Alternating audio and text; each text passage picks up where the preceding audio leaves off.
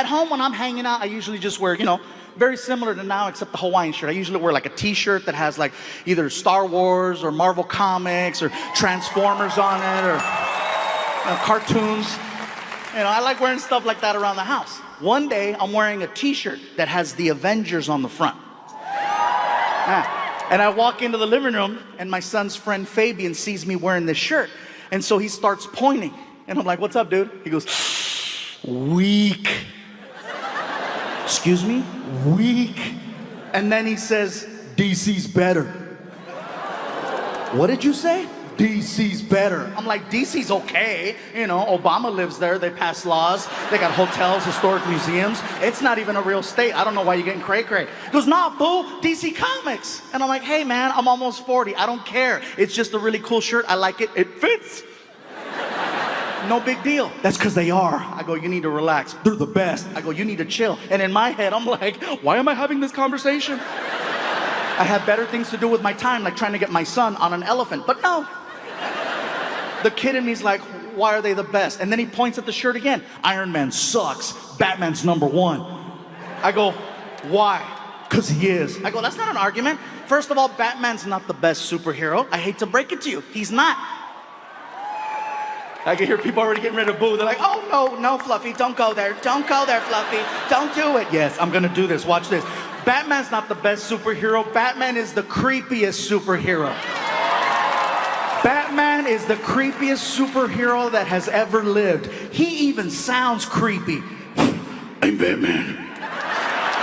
I'm Batman. You don't recognize that voice? Want some candy? Help me find my puppy.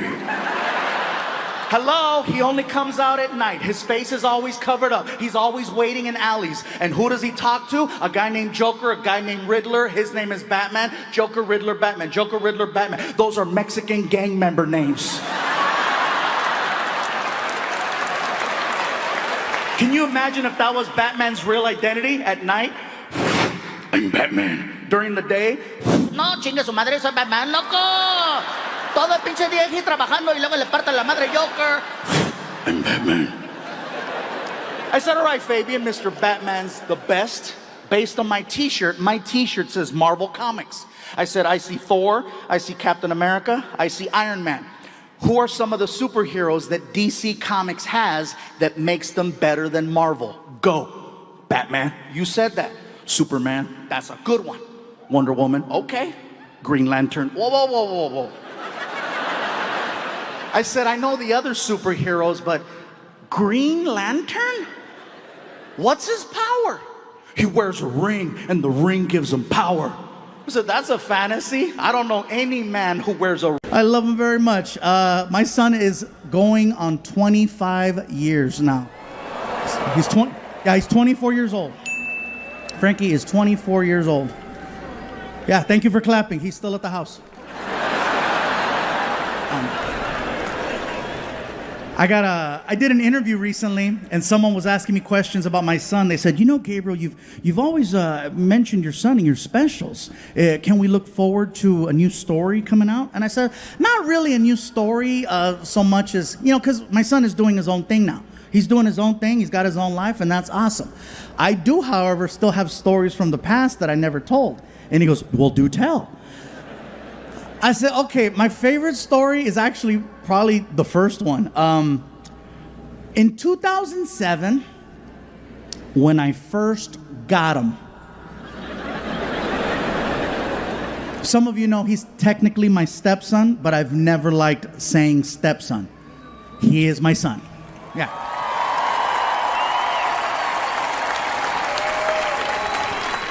He is my son or my aftermarket child. No gray area. Anyway, it's 2007, and for some reason, I'm home on Halloween. Now, here's the thing. As a comedian, I have signed up to perform 365 days a year. There is no sacred day for me. I work on Christmas Day. I work on New Year's Eve, Valentine's Day, St. Patrick's Day, birthdays, holidays, special occasions, no matter what. My mom told me, si hay trabajo, hay que trabajar. You got to work. Especially if you got a good job, you don't want no one to take it. So if you're going to go for it, give it everything. So the fact that I'm not working on Halloween is super rare. And so my son's mom is like, she's like, I think this is so cool that you're home today. You know, since this is Frankie's first year where it's just the three of us, how about this? How about tonight, you take him trick-or-treating and I'll stay home and give out candy. This way it'll give the two of you an opportunity to get to know each other, have some conversations, have some laughs. What do you think? I said, baby, you know what? That's a great idea. I love it. I love it.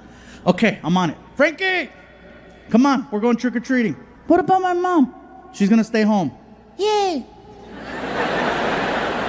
So we get in the car. And I take Frankie to that neighborhood. You know what I'm saying? That neighborhood that gives out the Costco candies? Yeah. So we park the car and we start going up the street. And I'm not wearing a costume. I'm there for him. So he's dressed up for Halloween. I'm just me. So some of the doors we knocked on, the people freaked out. One guy was like, the Fluffy. I'm like, oh my God, I've never been referred to as the Fluffy. I didn't know what to say. It is I.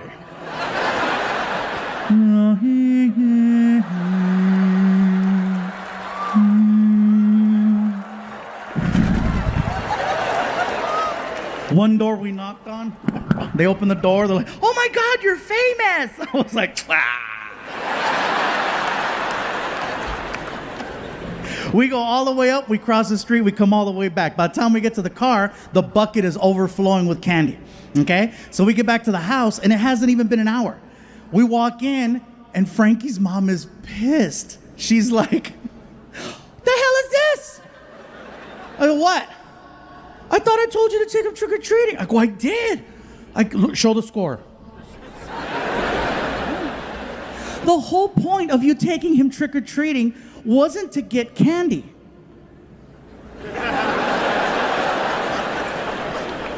The hell you say? What was the point? The point was for the two of you to spend time together, have some laughs, have some conversations, get to know one another. You're not going to do that in an hour. Can you please, for me, take him out one more time for at least an hour? Baby, I get it. Don't even worry about it. I got it. So I said, Frankie, come on. Dump out your bucket. Round two. So we go outside, we get in the car. I don't want to go door to door again. So I said, I got an idea. I take Frankie to Walmart. We get to Walmart, and Frankie goes, what are we doing here? I got it, watch. We walk in. I said, grab a cart. Follow me. And I lead Frankie all the way to the candy section. Well, as soon as we get to the candy section, I stop the cart. And I got in Frankie's face, and I said, Frankie, you have exactly 30 seconds to grab as much candy as you can. Ready? Go! And he froze. I said, dude, clock's ticking. You better move. Oh my God, oh my God, oh my God. So he grabs a bag, looks at it, throws it in the cart. Grabs a second bag, looks at it, throws it in the cart. Grabs a third bag, and on the third bag, time! And it was the first time I heard him go. Because he knew he wasted that golden opportunity those first few seconds.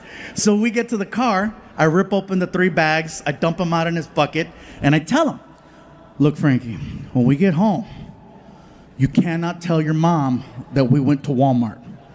Why not? Because she's going to say that we cheated trick-or-treating. But it's better. I know it's better. So we get home, and of course now it's a different tone. She's like, there you are. Did you guys have a good time? We had a great time, baby. We had a good time, huh, Frankie? That's good. Frankie, give me your candy. Why, Mom? Because I need to go through your candy to make sure it's safe for you to eat. Why wouldn't it be safe? It all came from... Cállate, pendejo. Cállate. Cállate, cabrón. Cállate.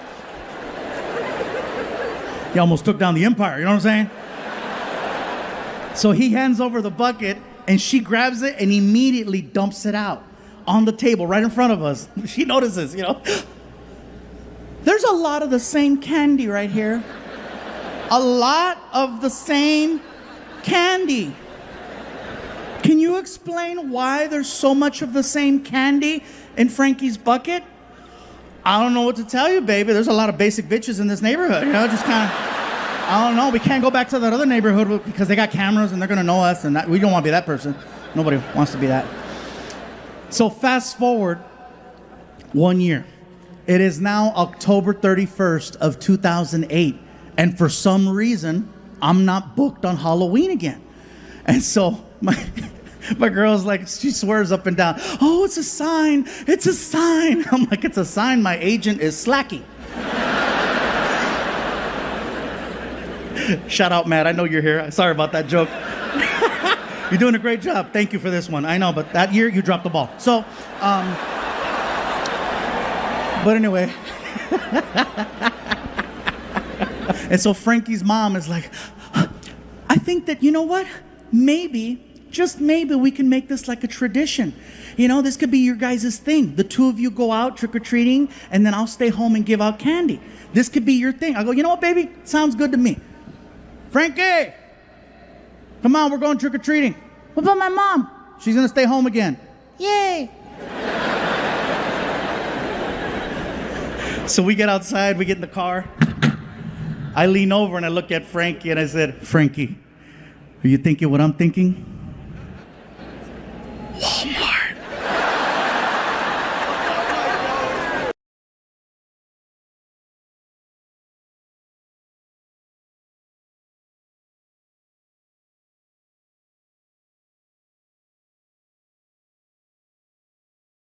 I did manage to stay busy during the pandemic. I did a movie from my living room. Yeah, and it wasn't even on Pornhub. The movie already came out in theaters. It's called Space Jam. It's the movie with LeBron. Los Angeles, you are looking at the new voice of Speedy Gonzalez. Thank you. I found it ironic that they hired the slowest Mexican to play the fastest. You know? And 2 weeks after I get this part, I come to find out that they're trying to cancel Speedy Gonzalez. I'm sure some of you heard that they came after two cartoons. They came after Pepe Le Pew and Speedy. Now, Pepe, I understand. He's a little touchy. You know, but he disguises it with the Mosheri, Mosheri, yeah. But Speedy Gonzalez, what's his crime? He's Mexican and he's fast. That is not a crime. In Montebello, that's called job security. So I said, I cannot let them hurt Speedy. You know, I can't let them cancel him. So I came to his defense. Plus, it was my only job. I went to the only place I felt I could go to protect him. I went on Twitter. And Twitter, ooh, Twitter's a scary place. It is. You only go there to fight, to get into it, to prove a point. And so a friend of mine said, if you want to get some attention, use a hashtag. And so I did. And I wrote a tweet that said, hey, hashtag cancel culture. My name is Gabriel Iglesias, and I'm the new voice of Speedy Gonzalez. You cannot cancel or catch me. And I posted it. I had no idea that when you go on Twitter looking for problems, you will find them. Oh yeah, every major news outlet picked up my tweet and used it in a story about cancel culture. ABC, NBC, CBS, CNN. If I would have known that, I would have used spell check. Because my family called. Eres pendejo, qué chingados, ¿qué te pasa? Lo escribe bien. Oh my God. Even Fox News did a story with my tweet. Fox News. You know how I know? My bus driver Dave called me. Oh, he was thrilled. He was like, Fluffy, God damn it, I've never been prouder. You made it, baby. You're on Fox News. I said, Dave, shut up. You're stupid. He's like, America. Even Warner Brothers Pictures reached out to say thank you, and before I know it, I was on a Zoom call. And I know a lot of us had to get used to Zoom, and it's kind of convenient, right? All they see is this. So to entertain myself, every time I took a Zoom call, I was full Winnie the Pooh. And if you're not laughing right now, you better ask someone who is, because there is no coming back from full Winnie the Pooh. I was leaving baby powder all over the house. It looked like an episode of Narcos. So I get on this Zoom call with the director, writer, and producer of Space Jam. And they're being super nice, super supportive, super cool. They're like, Gabriel, thank you so much for lending your voice talents to our film. We really, really appreciate you being part of this. If you have any questions or concerns, let us know. So, well, thank you. We have a question for you. I said, okay. How do you feel about the voice of Speedy Gonzalez? I said, well, what do you mean? Well, you know, some people find him to be a little stereotypical. What are your thoughts? I said, well, you have not met my family. I cannot speak for all brown people, but I can tell you that me personally, in my house growing up, Speedy Gonzalez was not viewed in a negative way. As a matter of fact, he was the only form of representation we had growing up. It was him and the little bumblebee on The Simpsons. Gabriel, we were thinking that perhaps you would like to lend your real speaking voice to the character, maybe modernize him a little, bring him up to speed. I said, well, with all due respect, I appreciate the fact that you would give me the power to change the sound of such an iconic character. But at the end of the day, when people see the movie, I don't want them to think of me. I want them to think of Speedy Gonzalez. So I said, please keep his voice original.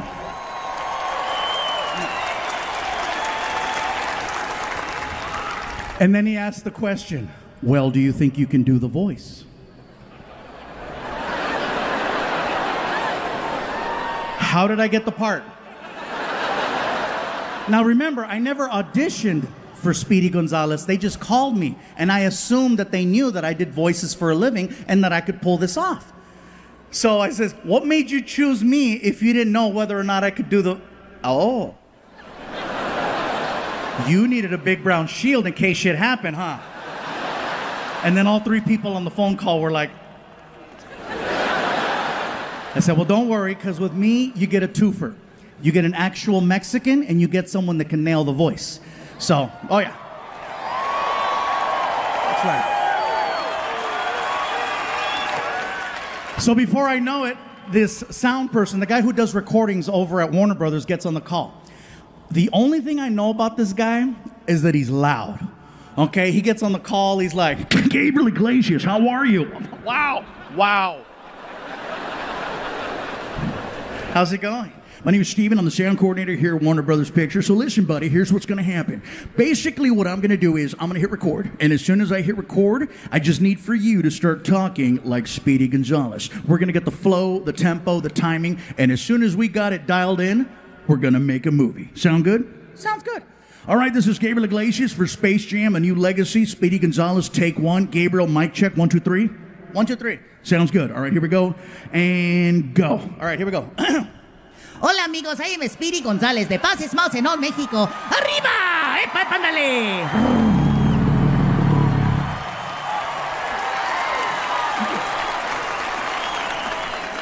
The director, writer, and producer, all three were like, that was perfect. I said, I know, I've been Mexican a long time. Do you think your mom would like to meet Vicente Fernandez right now? I said, Emily, let me tell you something. If she says no, I want to meet him. I'll be right back. Ama, Dime, mijo. Emily wants to know if you would like to meet Vicente Fernandez right now. Mijo, that sounds nice. All right, Emily, she's in. Emily goes, is she even a fan? I go, trust me, that's her reaction. She's good. She has the whole house covered with Vicente Fernandez records and cassettes. Okay, we're good. So Emily comes back and she puts these special VIP bracelets on us with a little click, and she walks us through a door into the backstage area. As soon as we went through the door, I knew exactly where we were. I was just there a week ago. So I got my mom arm in arm, and we're walking down the hallway, okay? Come on, Ma, let's go. Let's go. We're walking down the hallway, and we're getting closer and closer to Vicente Fernandez's dressing room. The door is wide open, and I can hear a commotion coming out of the dressing room. And then a man and a woman exit the room, and the man is holding on to the woman's shoulders, and he's like, it's okay, it's okay, it's okay, it's okay. And the woman looks destroyed, okay? Mascara's running down her face. My mom sees that, and she's like, Mijo, did you see that? Did you see what the mascara? What the mascara parece puta la cabrona.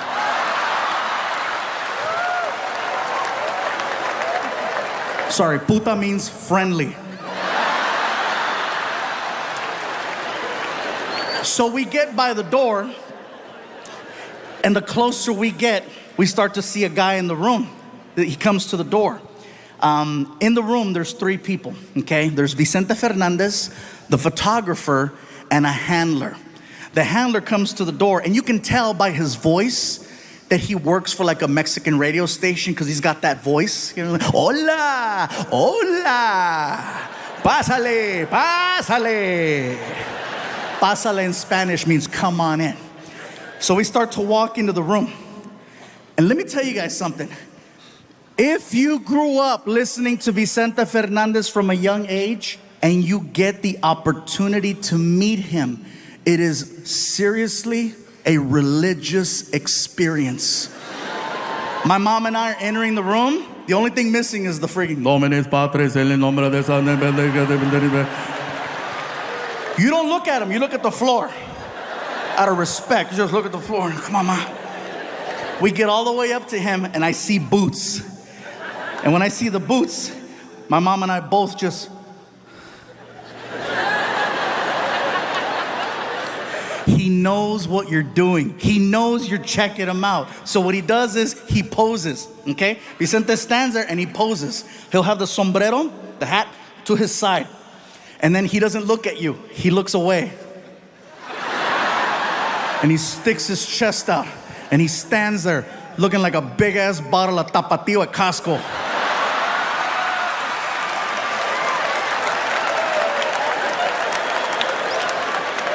And then he looked at me. And he recognized me, not as a comedian, but because I was there the week before and my photo was hanging outside his door. It's whoever's there last, you know, they always rotate the photo. So he sees me and he's like, Mijo, tú eres el muchacho que está en la foto, que está allá afuera. I go, yeah, that's me outside, yeah. Hola.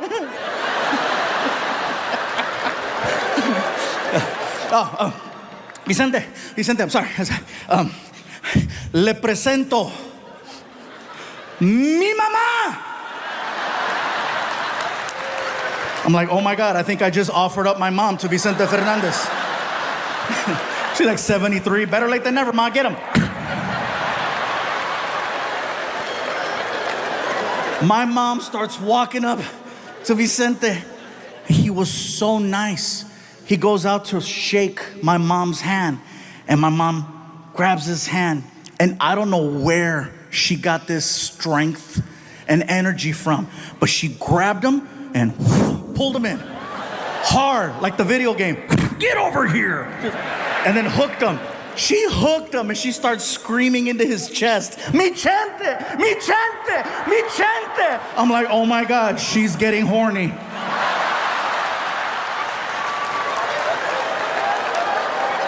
And he knew too. Because he was like, you know, quítamela, quítamela. The photographer, the handler, and me, the 3 of us, is what it took to pull her off of Vicente. We sit her down, she's bawling. Ah! Mascara's running down her face. The photographer shaking his head. I guess Vicente had dinner earlier that night. He was eating barbecue because I had those wet naps, barbecue wet naps. And so we take the wet naps and we start cleaning the mascara off my mom's face. And we stand her up and we posed her and we took the picture. Emily comes over and she takes us and she escorts us to our seats in the front. And for 3 hours, my mom was on her feet listening to she refused to sit down. Mom, you should sit. No, como que es el chente. Holding a shot of tequila that she never drank. She was 3 hours on her feet, never once sat down. That's how powerful his music was. My mom felt no pain for that entire time. And the minute that freaking concert was over, tan, tan, tan, tan. My feet! Oh my God, mijo, mis pies! Ay, pinche callo! Oh my God, my feet! Ay! And I'm like, oh great. So now I gotta drag this living novela to the parking lot. I helped her into the car. My feet! I told you to sit down. You don't sit for Chente. Here comes Emily. Did you guys have a good time? I go, Emily, we had the greatest time. Thank you so much. I got something for you. I go, what's up? And she hands me an envelope and I open it. And inside the envelope is the picture. She printed it out for me. And when I looked at it, I got so choked up because I have never seen my mom so happy in a picture. And it's not that she wouldn't smile. She would smile, but it was that, 1, 2, 3, cheese.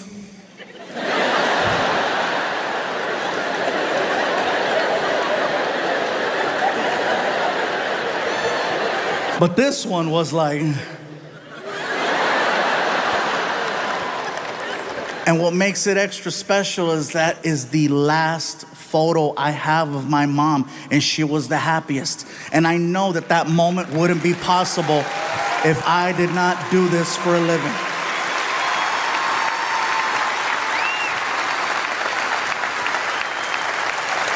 So thank you for that. Sorry, I know a lot of people were like, we came to laugh. We're getting all pinche gordo. Me está chillando. Oh my God. 3 years ago, I bought a Beetle, not even thinking. That's not the joke. Shut up. See, I can't even tell you guys this story already. I wasn't thinking. I bought the car because it was affordable, economical, brand new freaking Beetle for like 17 grand. I was like, first new car.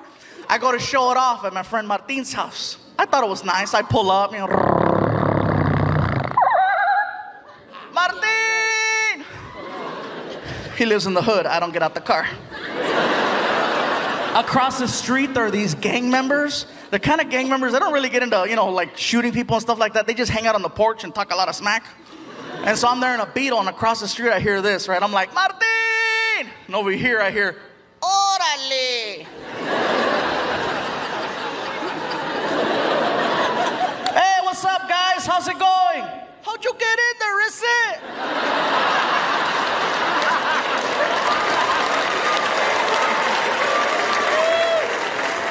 Hurry up, Martin! 2 months later, I go back to pick him up. Now I've had some time to work on the car, right? I put some rims on it, some stickers. I put a chip in the motor so it goes faster. I thought it was bad, right? I pull up. Martin! Órale! I'm not turning around. Hey! Hey! I don't see you.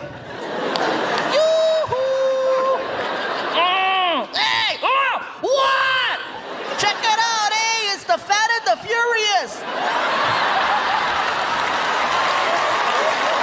Now, for anyone wondering about taco trucks, let me just let you know right now.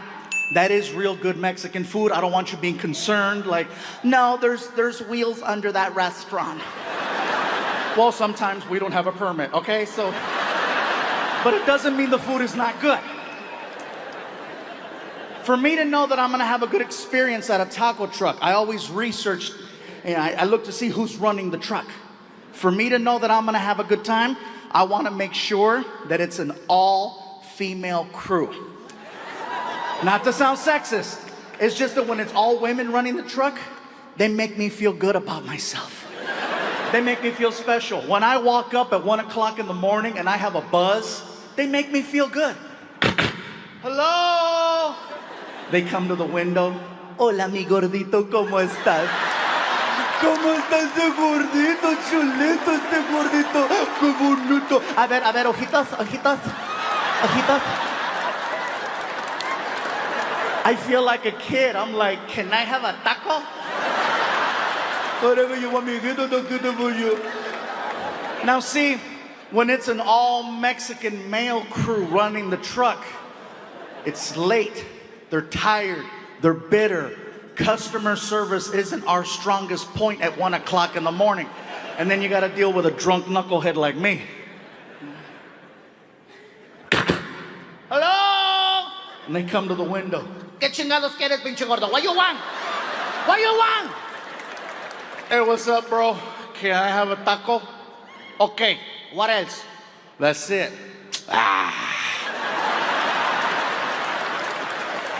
That's not even a word. But you know exactly what he just told you. For some reason, Mexican people and only Mexican people have this sound that comes out of us that can just discredit anything you put in front of it. It doesn't matter what it is, we can kill it with that sound. I just graduated from college, top of my class.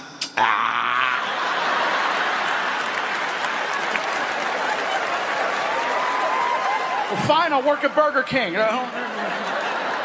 Papi, this is my fiance. He loves me. Fine, I'll be a whore.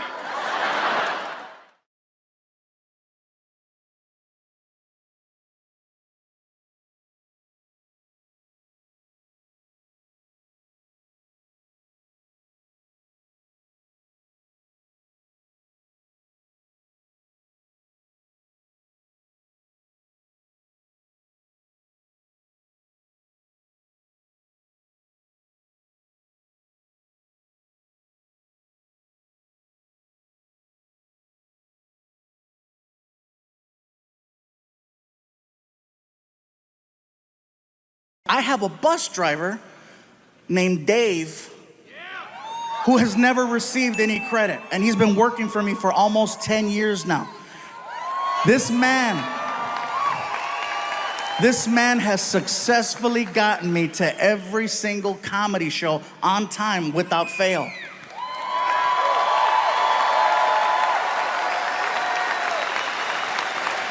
If I had to describe him to you, okay? Dave looks like the word America. Not America, America. He's about 6 feet tall, he's white, he has a gray beard, and he wears a trucker hat. And he's gotta be one of the most hardworking people I have ever met. Now, when I say hardworking, hey, I'm on the road 46 weeks out of the year, so I know. Difference is, I fly home every Monday, Tuesday, Wednesday. Dave stays on that bus and he gets it to the next city where we meet him. He works anniversaries, holidays, special moments. Christmas time, I was with my family. Dave was driving that bus on the East Coast. New Year's, I was with my family. Dave was on the East Coast driving that bus. One of the hardest working people I've ever met. I just want to give him a shout out.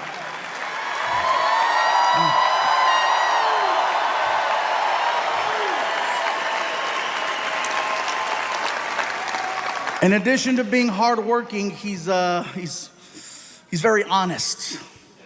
Now, when I say honest, I don't mean, oh, he does his taxes right. I mean painfully honest, no filter honest. He talks the way people used to. He does not have time to mince words. He just calls it like he sees it. Before me, he used to work with a man by the name of Kenny G.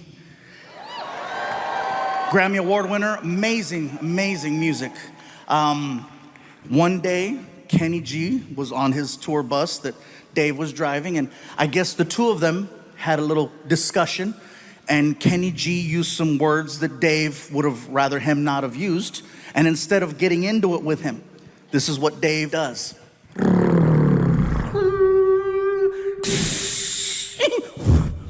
Kicked Kenny G off of his own bus. Because he would rather lose his job than lose his self-respect. And that's the man I work with. He's a bad dude. You guys are clapping, but you should have seen the interview. Oh man, it was a good one. He looks at me and he says, "Hey, let's get one thing straight. I don't give a who you are. You treat me right, I'll treat you right. You pay me on time, you'll live." Not to mention the fact that he keeps that tour bus squeaky clean. And he takes a lot of pride in that as well. One night, I was drinking on the bus, and I go to put my cup down, and I missed the table, and the cup hit the floor. I didn't get up right away to get the cup, because I figured I'm gonna get up in a couple minutes and make myself another drink. I'll pick up the cup then. Dave sees the cup on the floor, and then he looks at me and says, "Hey, I ain't your mama. Pick that shit up."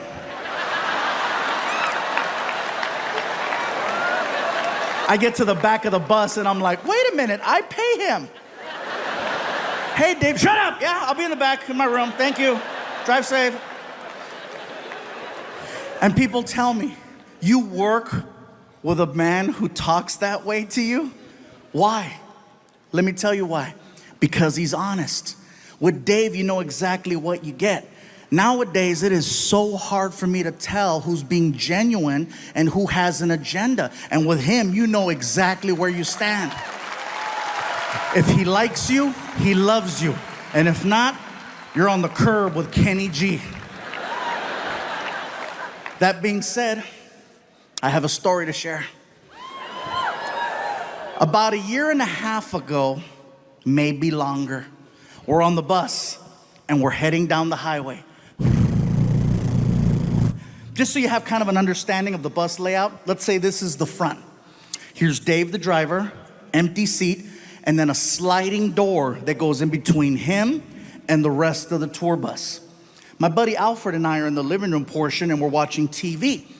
We're watching the news.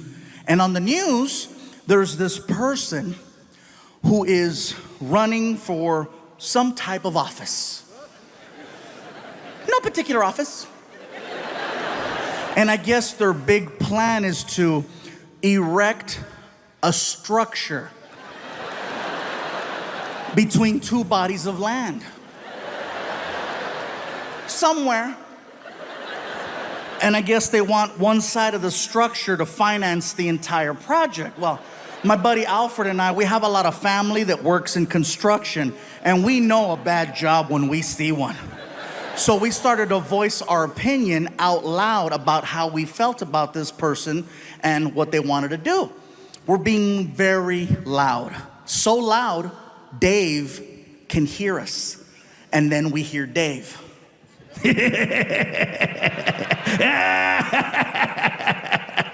America.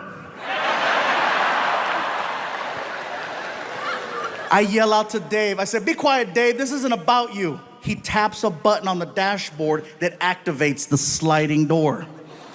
And when the door is about that far from closing, he yells out, "I'm building a wall."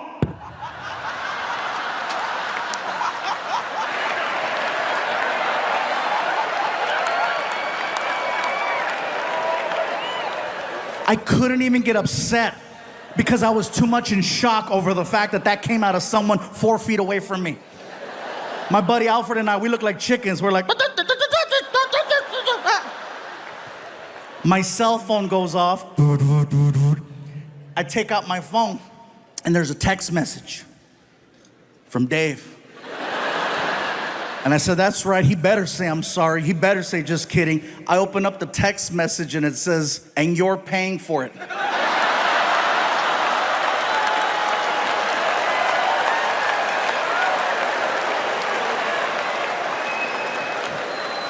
And people tell me, "You still work with him after that?" Yes, I do. I trust that man with my life every single night. I know where his heart's at. He can say whatever he wants. At the end of the day, he still has to drive around the king of the Mexicans.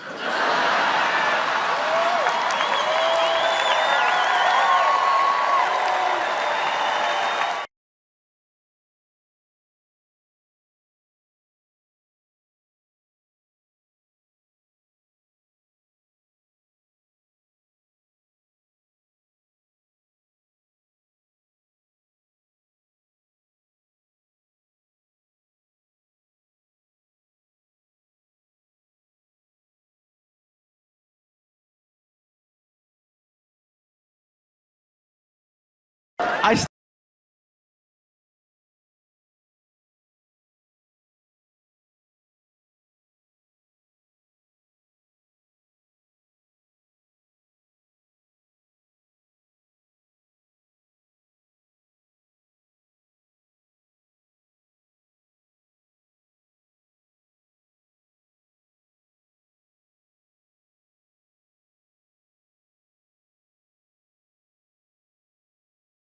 And that's another thing that's changed, you guys. My son Frankie is now 18 years old and 1 week away from graduation.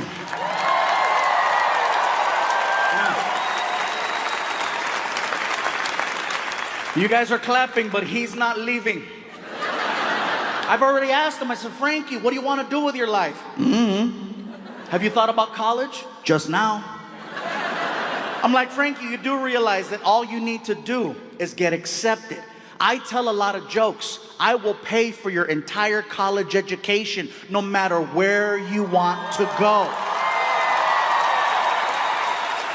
As long as you get accepted. What do you think about that? I say, you know, if you want to go to school in California, we'll make it happen. You want to go to school out of state, we'll make it happen. I said, hell, I'll even do one of those international programs. You know, the ones where you give them one of your children and then they give you one of their children? What is it called when you kid swap? Thank you, sorry. That's right, exchange. Some of you are like, that's called human trafficking. Different program. I would love to do an exchange program with my son, but don't give me a regular kid. If I'm gonna do an exchange program, give me a kid from like a hardcore third world country so that he appreciates all the basic things most American children take for granted.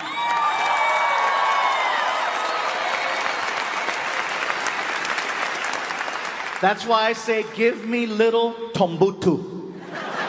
Give me Tombutu. I would love Tombutu, and Tombutu would love me. Mr. Fluffy, Yes, Tombutu. I was wondering, what time do we go to sleep? You go to sleep whenever you like. This is your room. We sleep next door.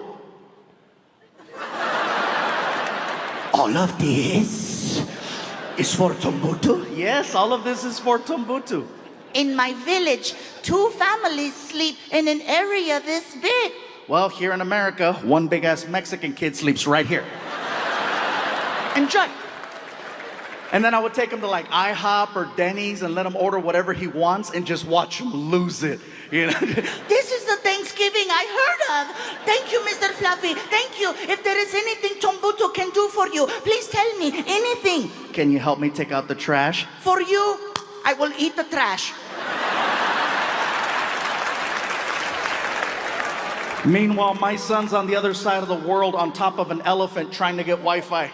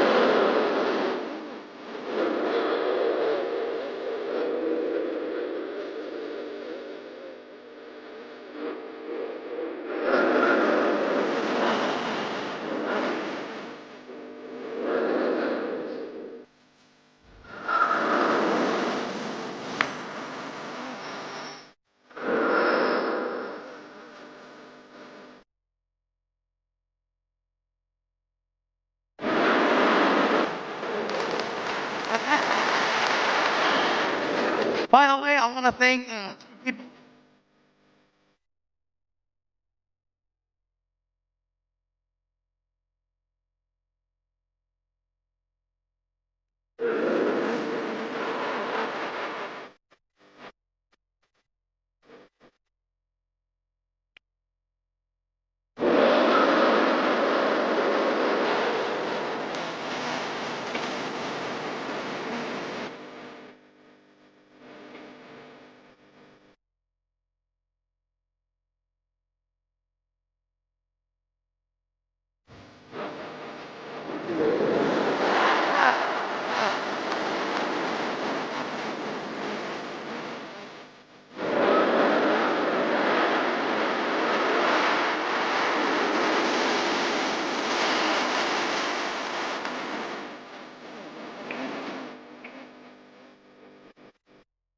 And it's this guy's job to basically reset Arnold for the next person he's about to meet. Arnold Schwarzenegger will never cut off a conversation with the fan. The guy behind him listens in on the conversation, and he determines when enough is enough, and then he signals Arnold to cut it off and move on. Here's the signal. He grabs the back of Arnold's arm right there, 2 times. 1, 2. That lets Arnold know, cut it off, time to move on. Always to the left. Awesome to watch. This is incredible what these lights and these special effects is going on here. Excuse me, how are you? Nice to meet you. You're so strong. Hey! I'm like, oh. So I yell out to the handler, hey! And the handler turns around. Hit him! I want to meet him. Hit him! And he starts laughing because now he sees that I see how the Terminator is really working. So he gives me one of these.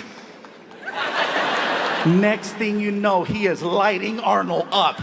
He is hitting Arnold so fast, Arnold can barely keep up. Excuse me, pardon me, excuse me, hello, how are you? Excuse me, pardon me, high five, high five, high five, high five, high five, pardon me, excuse me, hello, how are you? Very good. Pound, pound, pound, pound, pound, pound, pound, pound, pound, pound, pound, pound. He's coming down the line, coming down the line, coming down the line, and I'm just waiting. And I stick my hand out and he grabbed it. How are you, son? I recognize you. I know who you are. You're the comedian who does the joke about the Indian man trying to rob a bank, but he cannot rob the bank because they are making fun of him.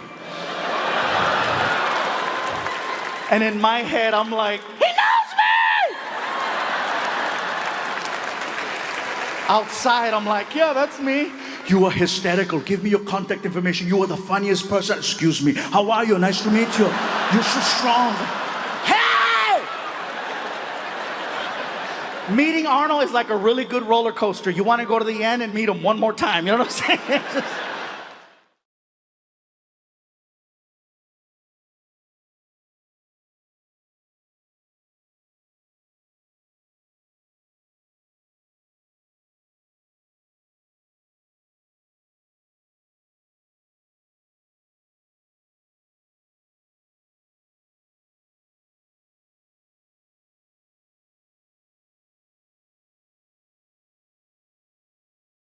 And by the way, you guys, since the last time we were here, I've had a few things change in my life. Some things happened that were so crazy that I couldn't even believe that it was a possibility.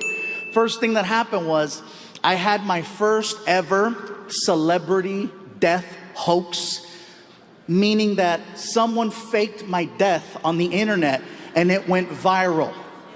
Someone wrote an amazing article that was read by over 30 million people that was so good, even I was like, oh my God, I was so nice.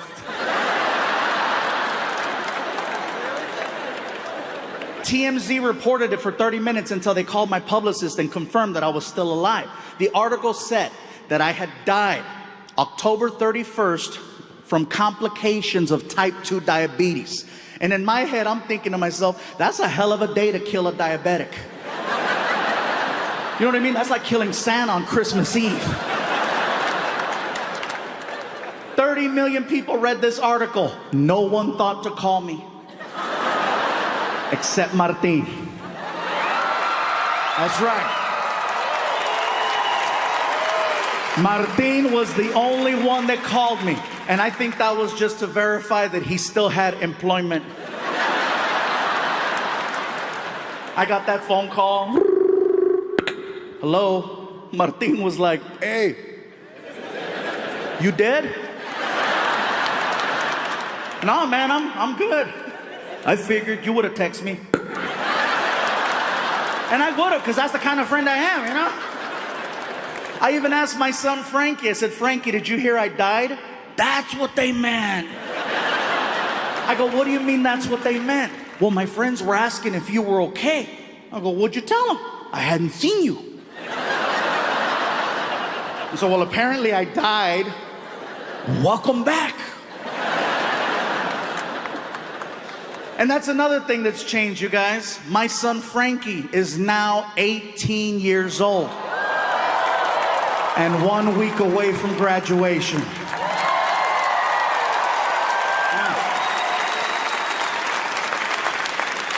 You guys are clapping, but he's not leaving. I've already asked him, I said, Frankie, what do you want to do with your life? Have you thought about college? Just now. I'm like, Frankie, you do realize that all you need to do is get accepted. I tell a lot of jokes. I will pay for your entire college education no matter where you want to go. As long as you get accepted. What do you think about that? I say, you know, if you want to go to school in California, we'll make it happen. You want to go to school out of state, we'll make it happen. I said, hell, I'll even do one of those international programs. You know, the ones where you give them one of your children and then they give you one of their children? What is it called when you kid swap? Thank you, sorry. That's right, exchange. Some of you are like, that's called human trafficking. Different program. I would love to do an exchange program with my son, but don't give me a regular kid. If I'm gonna do an exchange program, give me a kid from like a hardcore third world country so that he appreciates all the basic things most American children take for granted.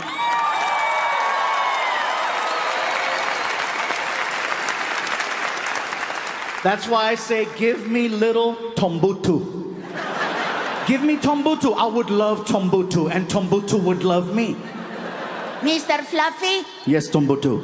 I was wondering, what time do we go to